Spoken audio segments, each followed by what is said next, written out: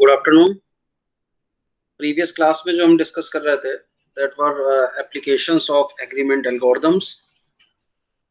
दो एल्गोरिदम्स इसमें बेसिकली थी आपकी, जो मतलब एग्रीमेंट एल्गोरिदम्स में जो जितना भी हम लोगों ने देखा, तीन एल्गोरिदम्स उसके impossibility results, Lampert Shostack algorithm, और जो first one was upper bound, ठीक है, of number of faulty processors.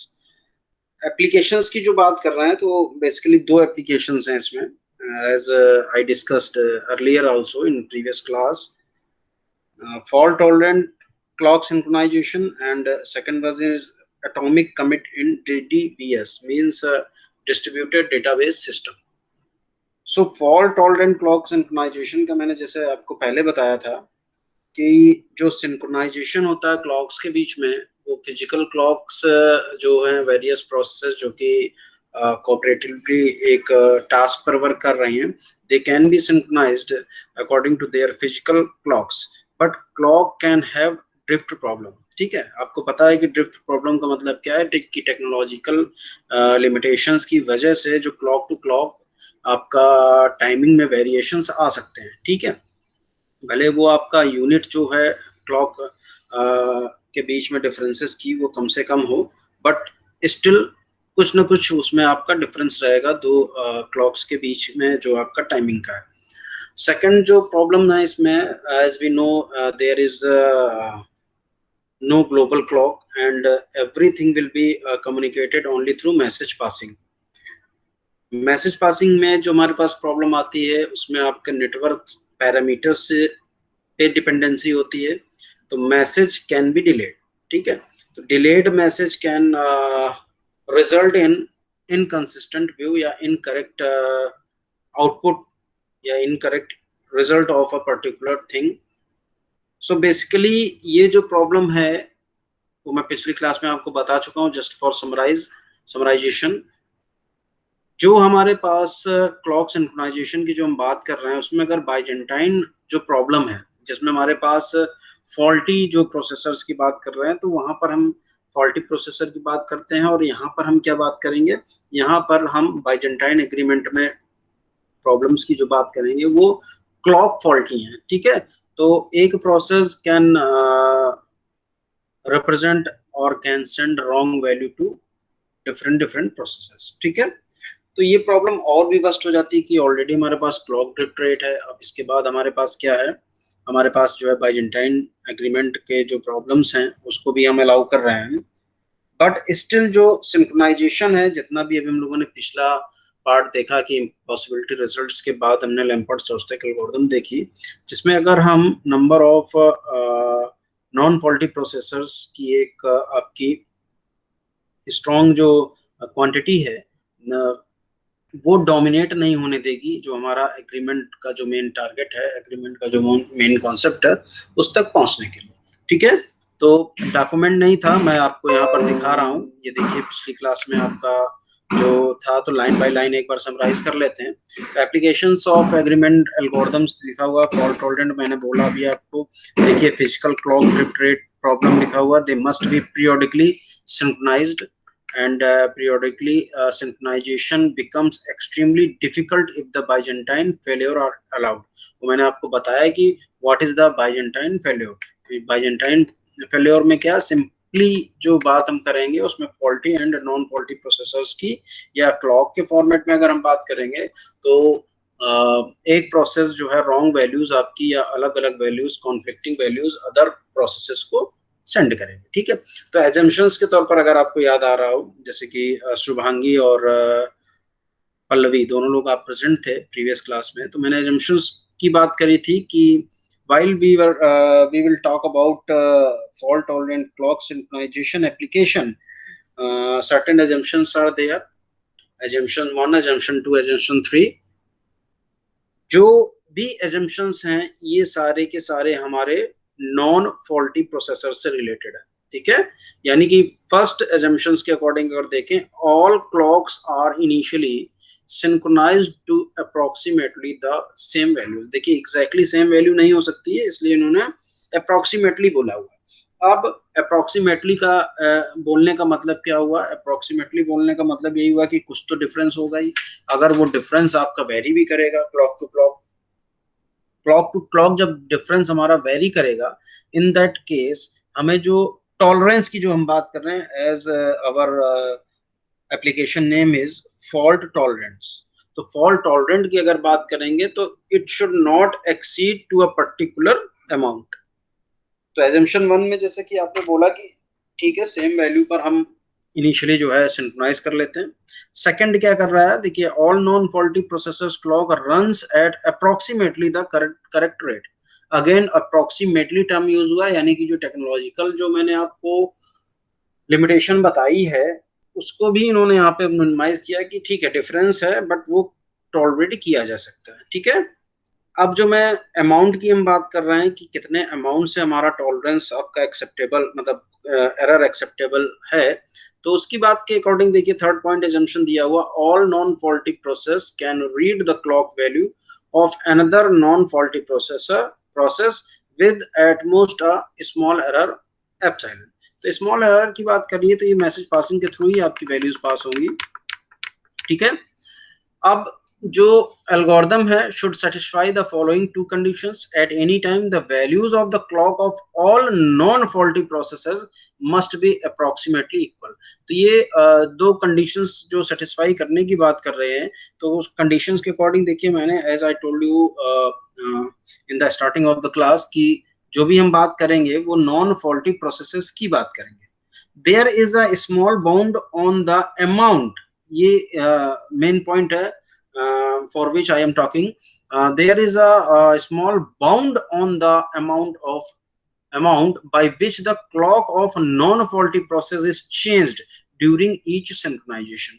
तो जब भी हम सिंक्रोनाइजेशन की बात करेंगे तो सिंक्रोनाइजेशन में क्या कर रही है एल्गोरिदम कि जो डिफरेंस आ रहा है जिसमें हम अप्रोक्सीमेटली टर्म यूज कर रहे हैं, तो अप्रोक्सीमेटली टर्म यूज करने का मतलब ही यही होगा कि कुछ डिफरेंस होगा, तो वो डिफरेंस जो है उसकी हमें एक बाउंड सेट करनी पड़ेगी। ठीक है, तो वो उससे ज्यादा नहीं होनी चाहिए।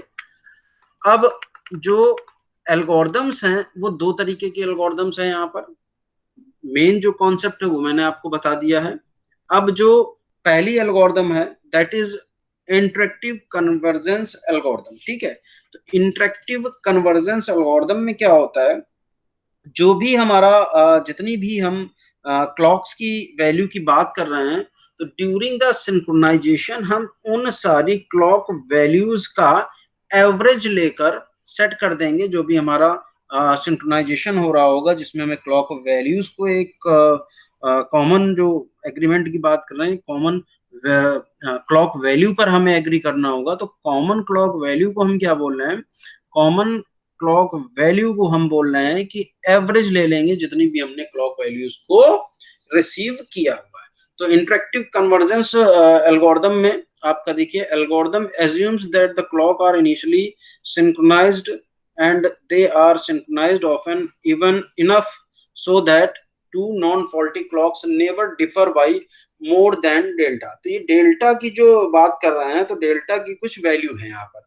अब इसको हमें लाइन बाय लाइन ही देखना पड़ेगा कि डेल्टा के करस्पॉन्डिंग देखिए हमारा एक मैथमेटिकल एक्सप्रेशन दिया हुआ है, कॉन्सेप्चुअल है एक्सप्रेशन, क्या थोड़ा सा एक बस रिलेशन स्टेब्लिश किया गया है कि कितनी ये जो डेल्टा की हम बात कर रहे हैं, डिफरेंस की जो बात कर रहे हैं वो कितने में होना चाहिए। ठीक है, कितने में होने का मतलब क्या हुआ कि जो फॉल्टी क्लॉक्स हैं वो कितनी होंगी और उसके करस्पॉन्डिंग हमें जो वैल्यूज रखनी होगी, so that all the clocks can agree on a common clock value. ठीक है, each process reads the value of other process clock and sets its clock value to the average of these values। ठीक है, each process क्या बोल रहा है कि reads the value of all other process। तो all other processes की जो बात कर रहे हैं, तो all other processes का मतलब क्या है, all other process का मतलब यही है कि डिस्ट्रीब्यूटेड सिस्टम में जितनी भी प्रोसेस आपस में कोऑपरेटिवली वर्क कर रही हैं, तो आपस में कोऑपरेटिवली अगर वर्क कर रही हैं, तो इन दैट केस जो हमारा कॉमन कंसर्न होगा, जो भी हमारी कॉमन वैल्यू होगी, that will be average of all these values. ठीक है, इफ ठीक है, एवरेज हो गया। टू फेस क्लॉक की मैंने बात करी थी, तो टू फेस क्लॉक का मतलब यहाँ पे ज्यादा कंफ्यूज या कुछ सरप्राइज होने की जरूरत नहीं कि ये टू फेस क्लॉक का मतलब क्या हुआ। तो टू फेस क्लॉक का मतलब ही आपका फॉल्टी जो क्लॉक्स हैं उनकी बात करी जा रही है। तो टू फेस क्लॉक में आपका जो फॉल्टी क्लॉक है वो कॉन्फ्लिक्टिंग वैल्यूज भेजती है, दैट्स इट। ठीक है, उसके करस्पॉन्डिंग ये सेफ गार्ड प्रोवाइड नहीं कराता है। क्यों? क्योंकि उनकी वैल्यूज को भी हम एक्सेप्ट कर रहे हैं और उसके करस्पॉन्डिंग एवरेज ले रहे हैं। ठीक है, अब देखिए इसमें जो एक एग्जांपल के तौर पर जो मैं डेल्टा की बात कर रहे हैं उसको नीचे लिया गया हुआ, algorithm brings the clocks of non faulty process closer. ठीक है, अब ये एग्जांपल की बात हम कर रहे हैं, इसको जरा ध्यान से देखिएगा भाई। सब कुछ ओके है? आवाज जा रही है? Yes screen sir. विजिबल है? यस ठीक सर। है, अभी तक समझ में आया ना? जो रिवाइज कर रहे थे प्रीवियस क्लास में आपके सामने लिखा हुआ नहीं था, तो आई थिंक अब ज्यादा सुटेबल और अच्छे से समझ में आ रहा होगा। तो let two processes P and Q respectively use CPR यानी कि clock PR and CQR as the clock values of a third process R when computing their average। समझिएगा, तो क्लॉक वैल्यूज की बात कर रहे हैं, PR की क्या है, QR की क्या है, as the clock values of the third process R। ठीक है, तो ये आपका देखिए P हो गया और ये Q हो गया और R हमारी थर्ड हो गई, तो PR हो गया और QR हो गया। ठीक है, क्लॉक वैल्यूज यानी कि P ने क्या परसीव करी है या रिसीव करी है क्लॉक वैल्यू R की, और Q ने क्या वैल्यू रिसीव करी है R की। If R is non faulty, ठीक है, बात समझिएगा, यहाँ पे थोड़ा सा ध्यान दीजिएगा। If R is non faulty, तो R जो सॉरी जो R की हम बात कर रहे हैं, तो R के केस में अगर वो हमारा नॉन फॉल्टी है तो ये क्लियर, ये रिलेशन समझ में आ रहा है आपको? ये ठीक है? CPR equal to CQR। Anumeha, are you there? Yes sir. हाँ, तो ये जो रिलेशन मेरे सामने, मैंने आपके सामने जो रखा हुआ है, ये आपका देखिए मतलब क्लियर है कि कुछ इसमें एक्सप्लेन करने की और जरूरत है?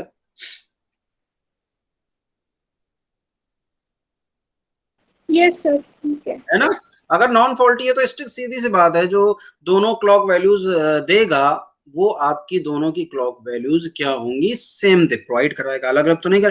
डजंट मैटर कि कौन सा मैसेज आपका जो कि क्लॉक वैल्यूज को कंटेन किया हुआ है, प्रोसेस P को कब रिसीव होता है, प्रोसेस Q को कब रिसीव होता है, बट जब भी रिसीव होगा दोनों में जो क्लॉक वैल्यूज R के द्वारा भेजी गई होंगी वो आपकी सेम होंगी। ठीक है, if R is faulty then देखिए मॉड दिया हुआ है CPR माइनस CQR। ठीक है, शुड बी लेस देन और इक्वल टू 3 डेल्टा। 3 डेल्टा की बात क्यों आ गई? 3 डेल्टा की बात इसीलिए आ गई क्योंकि हमने जो मैक्सिमम क्लॉक का डिफरेंस अलाउ किया है वो कितना किया है, डेल्टा। और हमारे पास कितनी प्रोसेसेस हैं? प्रोसेसेस हैं हमारी 3।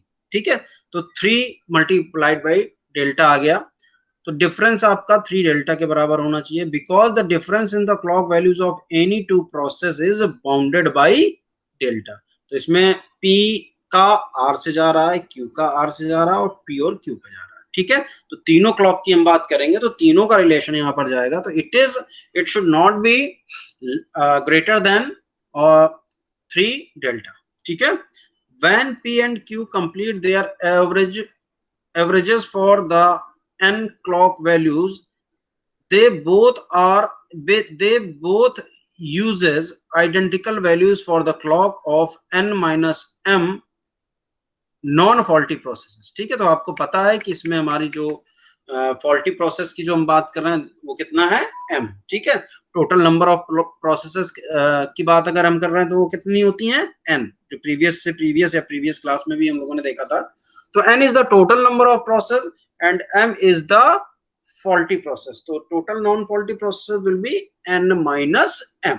ठीक है, and the difference in the clock values of m faulty process they use is bounded by 3 delta। ठीक है, 3 डेल्टा की बात करी जा रही है यहाँ पर। ये आइडियल केस देखिए लिए जा रहा है, चाहे आप इसको 4 टोटल नंबर ऑफ प्रोसेसेस ले लें और उसमें से सिर्फ और सिर्फ एक फॉल्टी हो, तो ये यूज कितना 3 डेल्टा ही आएगा। Consequently the averages computed by P and Q differ by at most 3m divided by n delta. ठीक है, since n is greater than 3m, ठीक है, नीचे n is greater than 3m, क्योंकि n is the total number of processes और m is the faulty process, तो इसकी जो वैल्यू होगी वो ऑब्वियस सी बात है n की वैल्यू ज्यादा होगी। क्यों? क्योंकि हम 4 की अगर हम बात कर रहे हैं तो 4 के केस में अगर एक हम फॉल्टी मान रहे हैं तो 3 मल्टीप्लाइड बाई 1 और n की वैल्यू कितनी हम बोल रहे हैं 4, तो 4 इज ग्रेटर देन 3। ठीक है भाई, समझ में आ रहा है? So clearly 3m divided by n delta should be less than delta. Thus each synchronization brings the clock closer by a factor of 3m divided by n. ठीक है पल्लवी, किसी को दिक्कत तो नहीं है इसमें? Yes, sir. No, sir.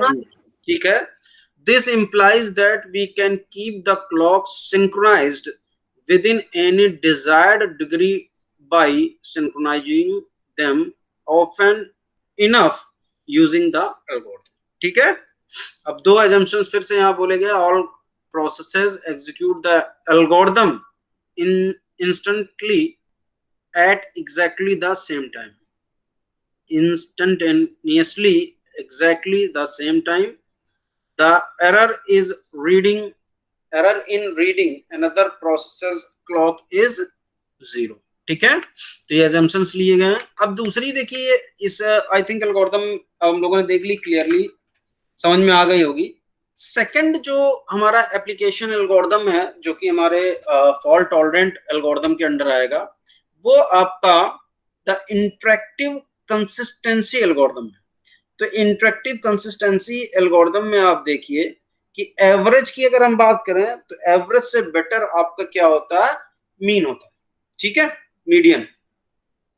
तो मीडियन का मतलब एवरेज से बेटर, यानी कि अगर हम एग्जैक्ट वैल्यूज की अगर हम बात करेंगे, सिंक्रोनाइजेशन की बात करेंगे, तो मीडियन आपका बेटर वैल्यू प्रोवाइड कराएगा। ठीक है, it is very close to the correct values. तो दो इंप्रूवमेंट किए गए हैं। इंप्रूवमेंट के तौर पर पहली चीज तो ये हुआ कि भाई एवरेज की जगह आप मीडियन लेने लगे, और दूसरा जो है कि जो टू फेज क्लॉक प्रॉब्लम है उसको अवॉइड करते हैं। कैसे अवॉइड करते हैं देखते हैं अभी। तो पहला तो मीडियन ले लेंगे। The interactive consistency algorithm aids to improvements. First one, it takes the median of the clock values rather than the mean. Provide a good estimate of the clock values as the number of bad clocks will be low. ठीक है। Second है, it avoids the problem of two-phased clock which reports different values to different process by using a more sophisticated technique to obtain clock values of the process. ठीक है, कैसे? Two processes will compute approximately the same median if they obtain approximately the same set of clock values for other process. ठीक है, same median ही आएगा अगर approximately same values अलग अलग processes other process की रिट्रीव करते हैं। तो C1 जो आपका दिया हुआ है condition, any two process obtain approximately the same value for a process P लिया हुआ clock even P is faulty. अब देखिए टू फेज की जो हम बात कर रहे हैं, ध्यान दीजिएगा, टू फेज वाला जो यहाँ पर एजम्पशन है वो शुरू हो रहा है कंडीशन के according. Any two process obtain approximately the same value for a process P's clock even if P is faulty. तो एक कंडीशन है, फॉल्टी है तब भी हमारा सेम जो अप्रोक्सीमेटली वैल्यूज हैं वो रिट्रीव करेंगे। सेकंड है, if Q is non faulty process then every non faulty process obtains approximately the correct value for process Q's clock। ठीक है, Q अगर नॉन फॉल्टी है तो सिंपल सी बात है अप्रोक्सीमेटली आपकी सेम वैल्यूज ही रिसीव होंगी। दस इफ अ मेजॉरिटी, अब ये जो पॉइंट लिखा हुआ है ये आपका कंक्लूडिंग पॉइंट है, इसको ध्यान दीजिएगा। दस इफ अ मेजॉरिटी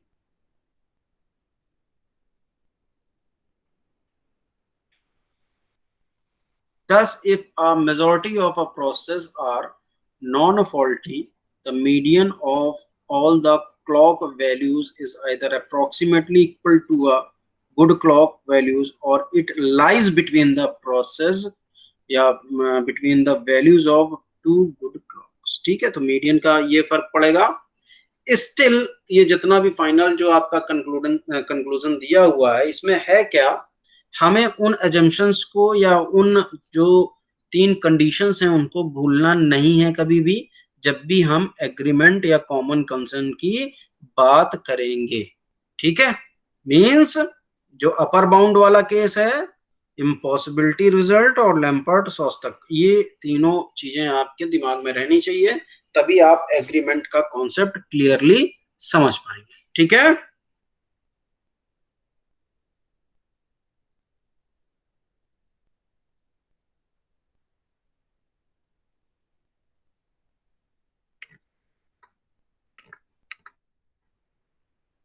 जो अब सेकंड हमारी जो एल्गोरिदम है, सेकंड एल्गोरिदम कौन सी है?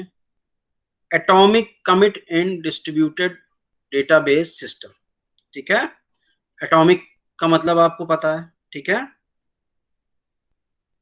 In the problem of atomic commit, sites of a distributed database system must agree whether to commit or abort a transaction। ठीक है, वही बात आ रही है जो मैंने आपको शुरुआत में बताया था जब एग्रीमेंट प्रोटोकॉल आपका शुरू किया था, कि हमें ये कमिट या अबॉर्ट वाली जो बात कर रहे हैं, कमिट या अबॉर्ट वाली बात कैसे आपको यहाँ पर एक्सेप्ट करानी है?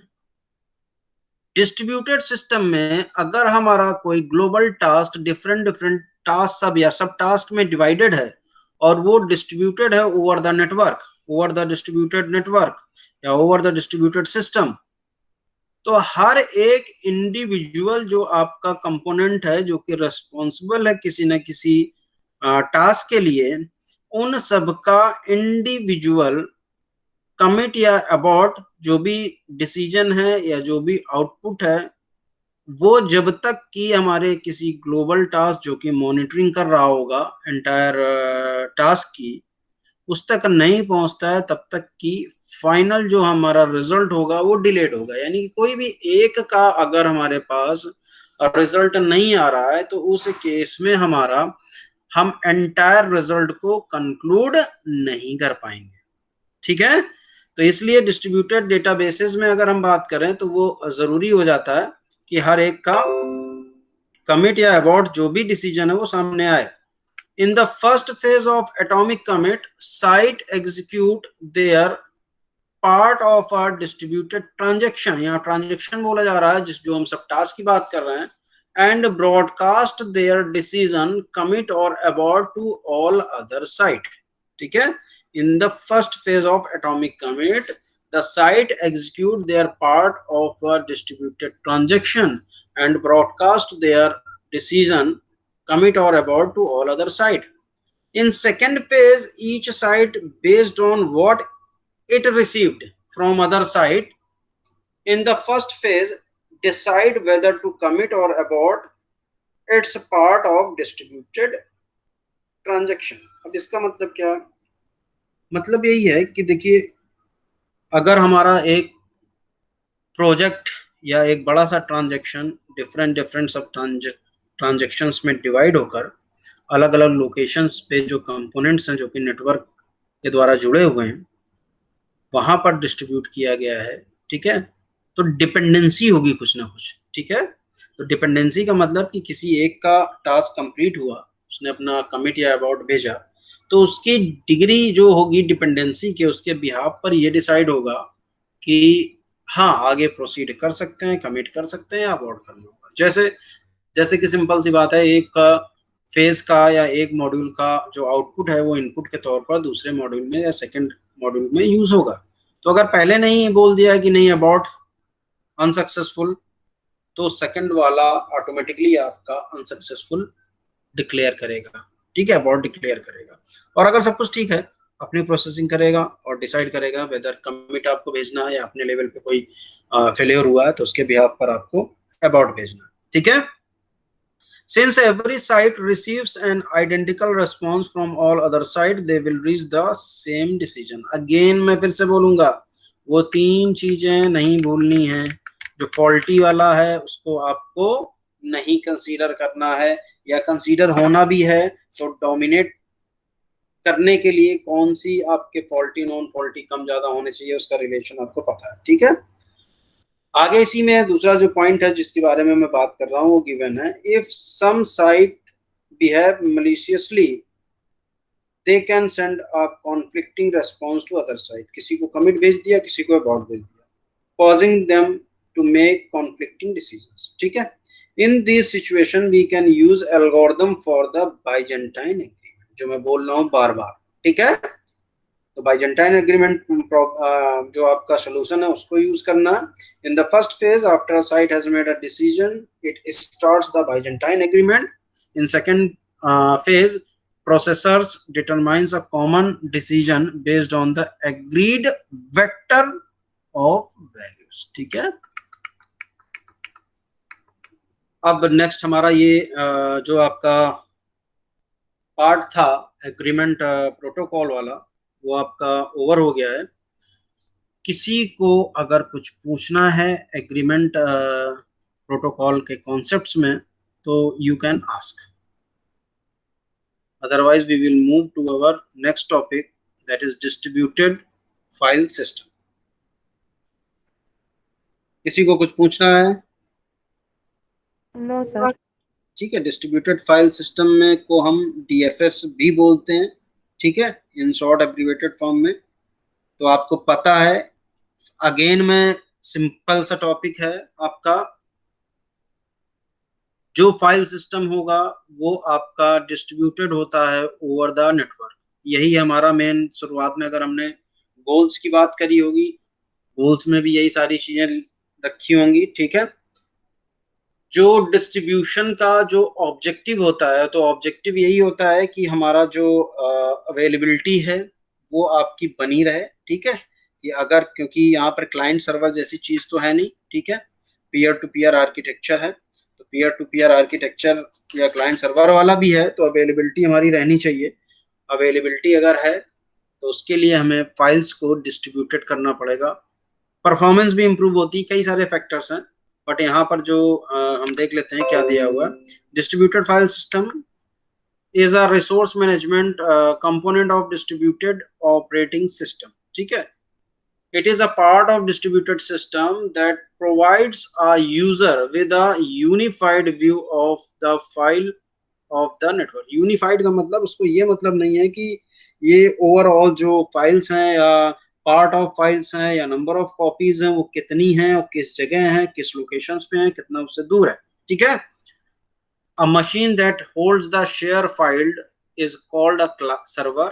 A machine that access the file is called client. कुछ इसमें आपका नया नहीं है, बहुत पुरानी बात है क्लाइंट सर्वर वाली। गोल से देख लेते हैं। नेटवर्क ट्रांसपेरेंसी, आपको पता है नेटवर्क ट्रांसपेरेंसी में बहुत अच्छे से आपको डिटेल में बता चुका हूं, इसके आपके पार्ट्स भी मैंने बताए थे।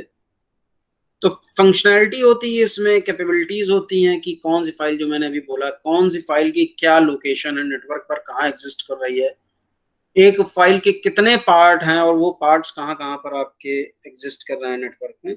ये सारी चीजें आपकी यूजर को बताने या यूजर पे इन सब चीजों का इफेक्ट नहीं पड़ता है। वो सिंपल ये लगता है कि डेडिकेटली वो फाइल सिस्टम को यूज कर रहा है विदाउट एनी डिस्टर्बेंस, ठीक है। तो this is called network transparency. provides the same functional capabilities to access file distributed over a network as the file system of a time sharing mainframe system does to access files residing at one location। तो time sharing main frame system, तो main frame system बोल दिया गया यहाँ पे, बड़ा सा system है उसमें, ठीक है। टाइम शेयरिंग का कॉन्सेप्ट आपको बताया, टाइम शेयरिंग आपका ऑपरेटिंग सिस्टम भी आपने पढ़ा हुआ है। User do not have to be aware of the location of files to access them, जो मैं बात अभी बोल रहा था, यूजर को कुछ भी पता करने की जरूरत नहीं है, या यूजर को इन सब चीजों का इम्पैक्ट नहीं पड़ता।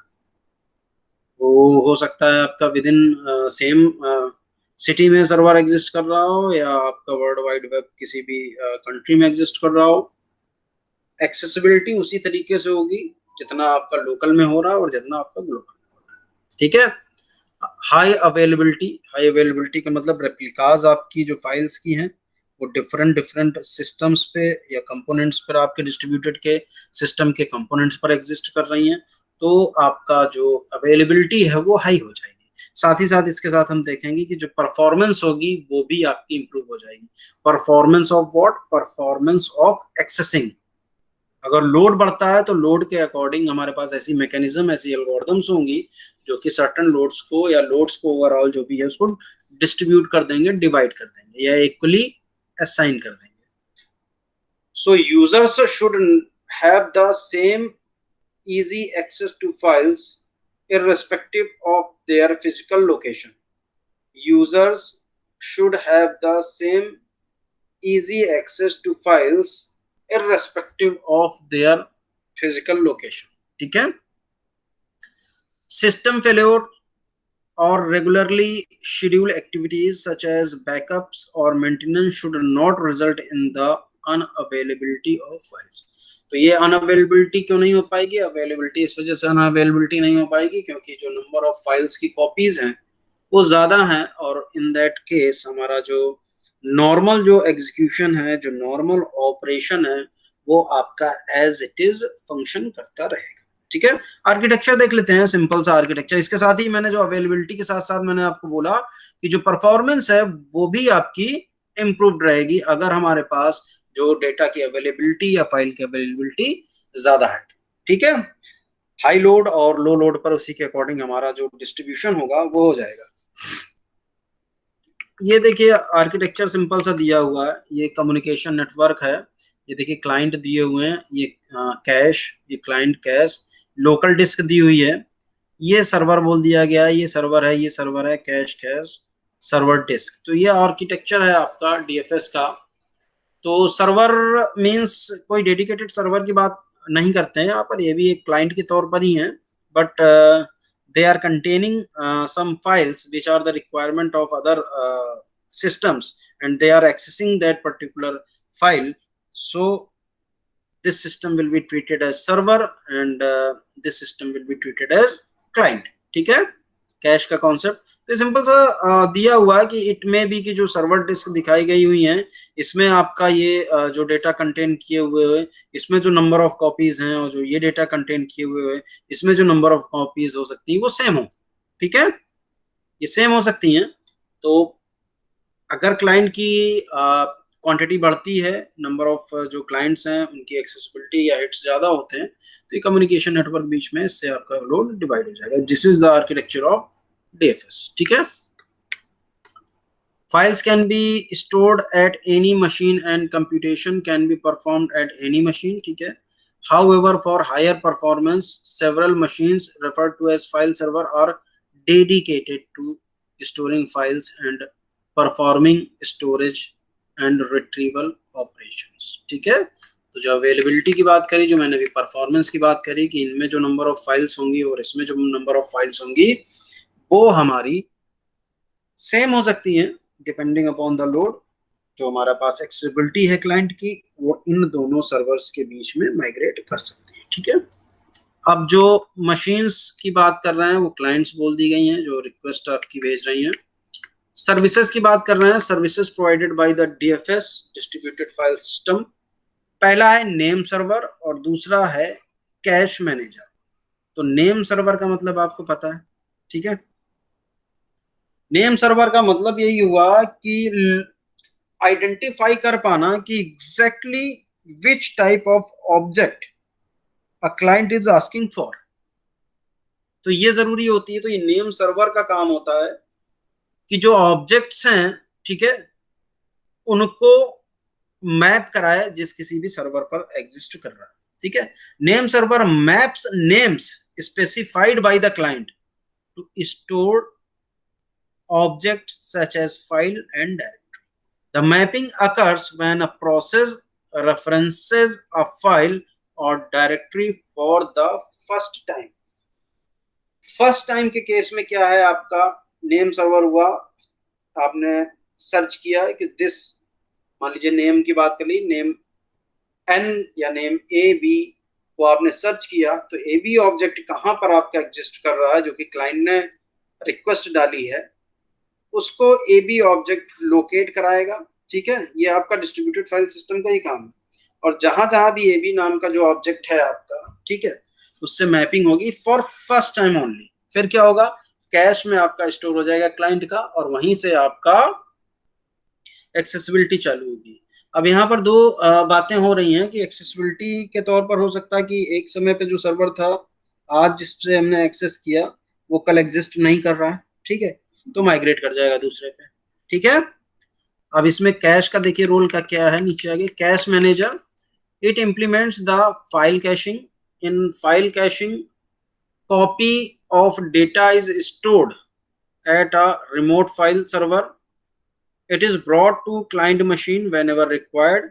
Subsequent accesses to the data performed locally at the client, thereby reducing the access delays due to network latency. तो एक कॉमन कॉन्सेप्ट है जो आप जानते हैं बहुत पहले से ही, कैशिंग का कॉन्सेप्ट दिया हुआ है कि एक बार अगर सब्सिक्वेंट सेम फाइल को क्लाइंट रेफर कर रहा है, तो कैश मैनेजर वहां पर आपका अपना काम करना शुरू करेगा, और जो कॉपी कैश में एग्जिस्ट कर रही है लोकली, वहीं से ऑपरेशन परफॉर्म कराकर दे देगा। और भी कई सारे इश्यूज होंगे, अभी तो सिंपल टाइम, आप सिंपल जो कॉन्सेप्ट है वो आप टाइमली बता दे रहे हैं।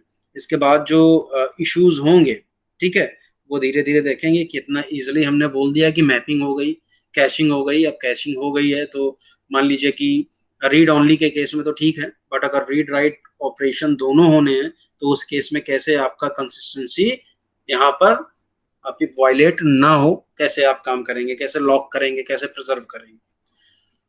ठीक है,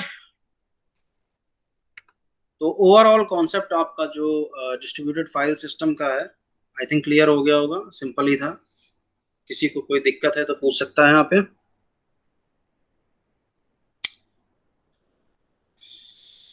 चलिए आगे बढ़ जाते हैं।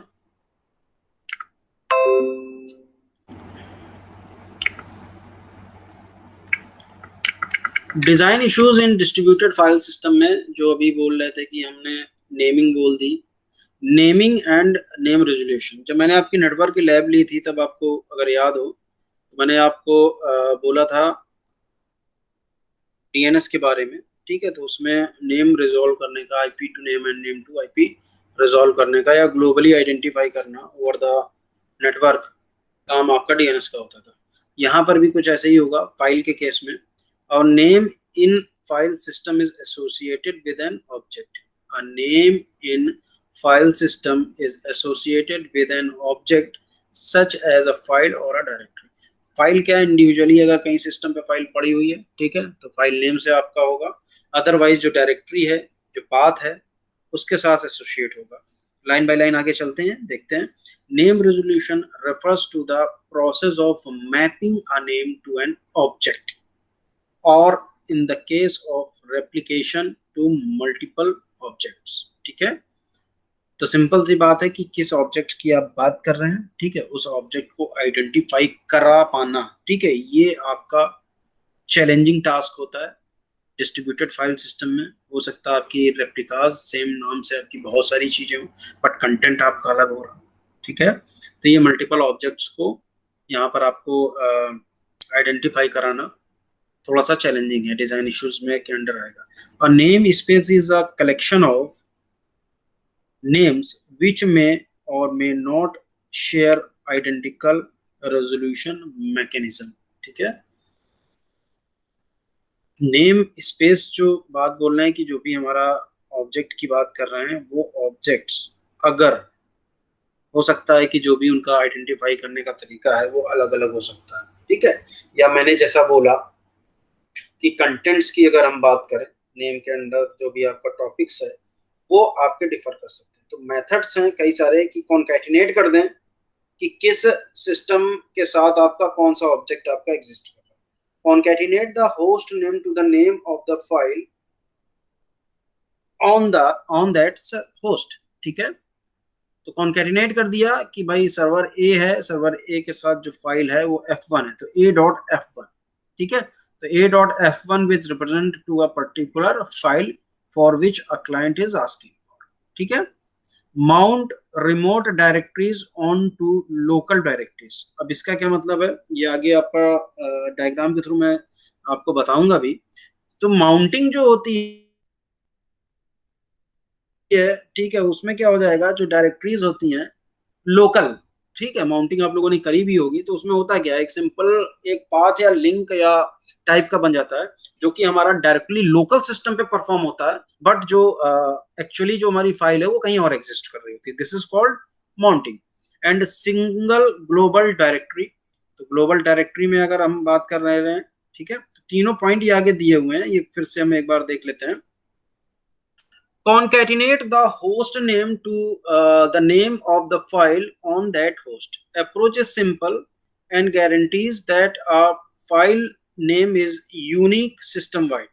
It conflicts with the goal of network transparency. ठीक है, तो ये नेटवर्क ट्रांसपेरेंसी के गोल को कैसे कॉन्फ्लिक्ट करता है, क्योंकि एक बार रिवील हो जाएगा कि ये पर्टिकुलर फाइल आपकी किस सिस्टम या किस सर्वर पर एग्जिस्ट कर रहा है, और वो सर्वर इजिली हमारा आइडेंटिफाई किया जा सकता है कि उसकी लोकेशन क्या है। ठीक है, नेटवर्क में हमारे पास इतनी फैसिलिटीज अवेलेबल हैं जो कि ये काम कर सकती है। ठीक है,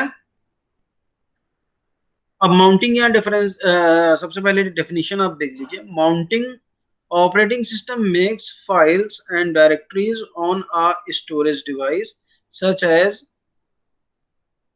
हार्ड डिस्क, सीडी रोम और नेटवर्क शेयर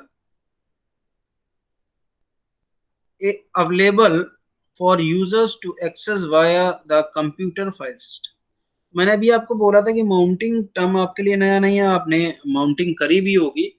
लोकली हमारे पास एक पाथ, एक लिंक टाइप का जनरेट हो जाता है, जो भी हमारा एक्सेसिबिलिटी का जो मेन जो एक्टिविटी होगी वो आपकी लोकली परफॉर्म होगी, बट उसकी मैपिंग जो होगी वो आपका जो भी रिमोट जो डायरेक्टरीज हैं, ठीक है, वहां पर होंगी। ठीक है, mount remote directories on to local directory requires that host of remote directory is known। देखिए, requires that host of remote directory known after mounting files referenced location transparent, that is file name does not reveal its location।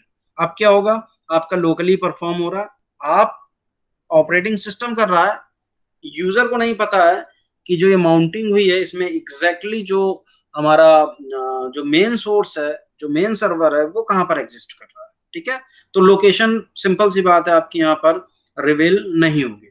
This approach can also resolve a file name without consulting any host. ठीक है, ये last point important है, ये देखिए लिखा हुआ है, once mounted, accessing the file becomes location transparent, name resolution is simple।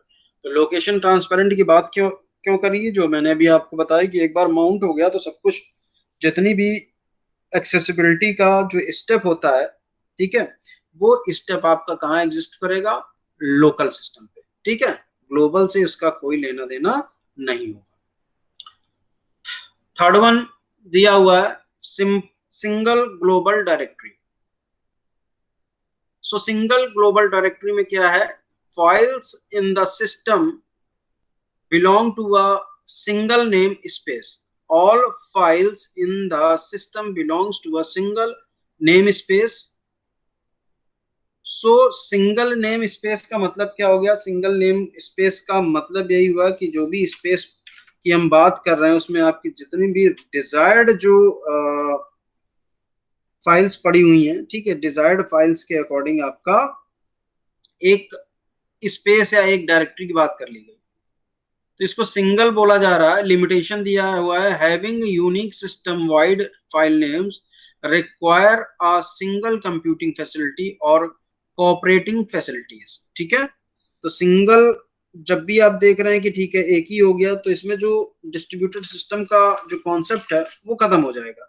कैसे खत्म हो जाएगा कि जो रेप्लिकास की बात कर रहे हैं, जो नंबर ऑफ कॉपीज की बात कर रहे हैं, वो सारा सारा का सिमट कर आ गया आपका सिंगल ग्लोबल डायरेक्टरी। ठीक है, दिस स्कीम इज इम्प्रैक्टिकल। देखिए, for distributed system that encompass heterogeneous environment and wide geographical area, जो मैंने अभी आपको एक्सप्लेन कर दिया। ठीक है, कि नेटवर्क जो आपका डिस्ट्रीब्यूटेड सिस्टम है उसकी बात ही यहाँ पर आपकी खत्म हो जाएगी। ठीक है, just a second.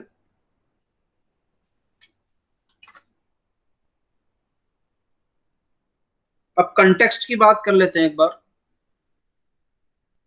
Solve the problem of system-wide unique names by partitioning a namespace into context. Context का आपको पता है ना, जैसे geographical, organizational, specific to host. दूसरा एक होता है ना आपका कि कॉमर्शियल हो गया, .com से आपने रिप्रेजेंट कर दिया, एजुकेशनल हो गया, .edu से आपने रिप्रेजेंट कर दिया, गवर्नमेंट हो गया, .gov.in से आपने रिप्रेजेंट कर दिया। तो ये कंटेक्स्ट टू कंटेंट कंटेक्स्ट आपका वेरी करने लगा। So name resolution is done with in that context. Interpretation में lead to another context if all file share a common initial context, then unique system wide global name results. ठीक है, file name की जो हम बात कर रहे हैं, जैसे context plus name local to context. तो कॉन्टेक्स्ट टू कॉन्टेक्स्ट आपका वेरी कर रहा है। जो डिफरेंशिएशन होगा, डिफरेंशिएशन कॉन्टेक्स्ट के साथ जो आपका लोकल जो नेम होगा उससे आप करेंगे। ठीक है, नेक्स्ट आपका दिया हुआ नेम सर्वर। ये इम्प्लीमेंटेशन भाई आपको खुद देखना है, मैं भी इसको पोस्ट कर दूंगा आपके पास, क्योंकि ऑलमोस्ट सेम ही चीज है। देखिए, कैश की बात करी जा रही है। जो ऐसा टॉपिक लगेगा जो कि हमें ये राइटिंग पॉलिसीज हम देख लेते हैं। तो राइटिंग पॉलिसीज में देखिए, एक डिलेड राइट पॉलिसी होती है और एक राइट थ्रू पॉलिसी होती है। तो राइट थ्रू पॉलिसी में क्या होता है कि हाई रिलायबिलिटी होती है। जो भी राइट रिक्वेस्ट आती हैं वो तुरंत का तुरंत सर्वर पे इमीडिएटली हो जाती है। ठीक है, और जो डिलेड जो आपका राइट पॉलिसी होती है, बात समझिएगा, जो राइटिंग पॉलिसी है यानी कि जो भी डेटा का अपडेशन या राइट करना है किसी फाइल को, ठीक है, तो दो तरीके हैं। एक आपका राइट थ्रू है और दूसरा है हमारा डिलेड राइट पॉलिसी। तो राइट थ्रू में आपका बेसिक जो रिक्वेस्ट होती है उसमें एप्लीकेशन जो क्लाइंट के अकॉर्डिंग जो होता है वो सर्वर पर इमीडिएटली आ जाता है। ठीक है, और जो डिलेड होता है वो सर्वर साइड पर होता है, जब मॉडिफिकेशन रिफ्लेक्ट हो जाता है सर्वर पर आफ्टर सम डिले। ठीक है, दोनों के अब ये होगा कि डिले क्यों किया जा रहा है, तो दोनों का अपना सिग्निफिकेंस है। ठीक है, कहीं कहीं क्या है कि इमीडिएट रिफ्लेक्ट करने का मतलब है कि किसी भी तरह का डिले ना हो।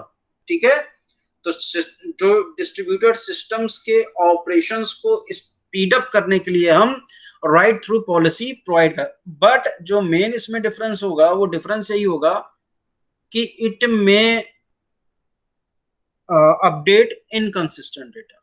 जो डिलेड राइट पॉलिसी में होता है कि ड्यू टू सम एरर, अगर कहीं कोई मिस्टेक हुई है तो क्योंकि राइट जो पॉलिसी है वो थोड़ा सा डिलेड है इसमें, तो आप उसको करेक्ट कर सकते हैं। तो डिले जरूर है बट कंसिस्टेंट जो डेटा प्रोवाइड कराने की इसमें पॉसिबिलिटी है वो ज्यादा होती है। तो राइटिंग पॉलिसी में a cache update policy defines when writes made to a cache should be propagated back to the original disk. ठीक है, कैश पे जो आपका हो रहा, जो मैंने अभी शुरुआत में बोला था कि बहुत सारे इसमें पैरामीटर्स आएंगे, इसलिए आपने बोल दिया रीड ओनली के केस में तो आपका वर्क कर जाता है, बट जब राइट करना होता है तो प्रॉब्लम होती है। तो दो यहाँ पॉलिसीज दी हैं। Using a right through policy provides reliability, high reliability. ठीक है, रिलायबिलिटी तो ठीक है कि तुरंत का तुरंत वो मिल रहा है। ऑल राइट्स जो अब requested by the application at client are also carried out at the server immediately. If client crash the little information is lost. तो इन्होंने ये इसमें जस्टिफाई किया है कि ठीक है, आपने तुरंत का तुरंत क्या किया, जो भी वर्क डन है वो सर्वर पे अपलोड कर दिया। तो जो अवेलेबिलिटी की बात है वो आपकी यहाँ पर ज्यादा है हाई अवेलेबिलिटी। क्यों? क्योंकि अगर क्लाइंट हमारा क्रैश करता है तो तुरंत ही आपका उसका जो इंफॉर्मेशन राइट के बाद है उतना ही लॉस होगा, और बाकी सर्वर पे है। दूसरा डिलेड में क्या है, another alternative policy, delay is a server side modification due to write are reflected at the server after some delay. तो इसमें आपकी रिलायबिलिटी जो ऊपर बात करी जा रही है वो हो सकता है कम है, बट जो कंसिस्टेंसी है वो आपकी ज्यादा है। ठीक है, यहां तक किसी को कोई डाउट है? नहीं? No sir. ठीक है, तो आज के लिए इतना ही रखते हैं। और जो नेक्स्ट हमारा टॉपिक होगा कैश कंसिस्टेंसी, ये मैं भी आपको अपलोड कर दे रहा हूँ, तो आप देख लीजिएगा, रिवाइज कर लीजिएगा अगर जो भी लग रहा हो। बाकी नेक्स्ट क्लास में मैं इससे आगे शुरू करूंगा। ठीक है, तो आज के लिए इतना ही रखते हैं। Okay, thank you.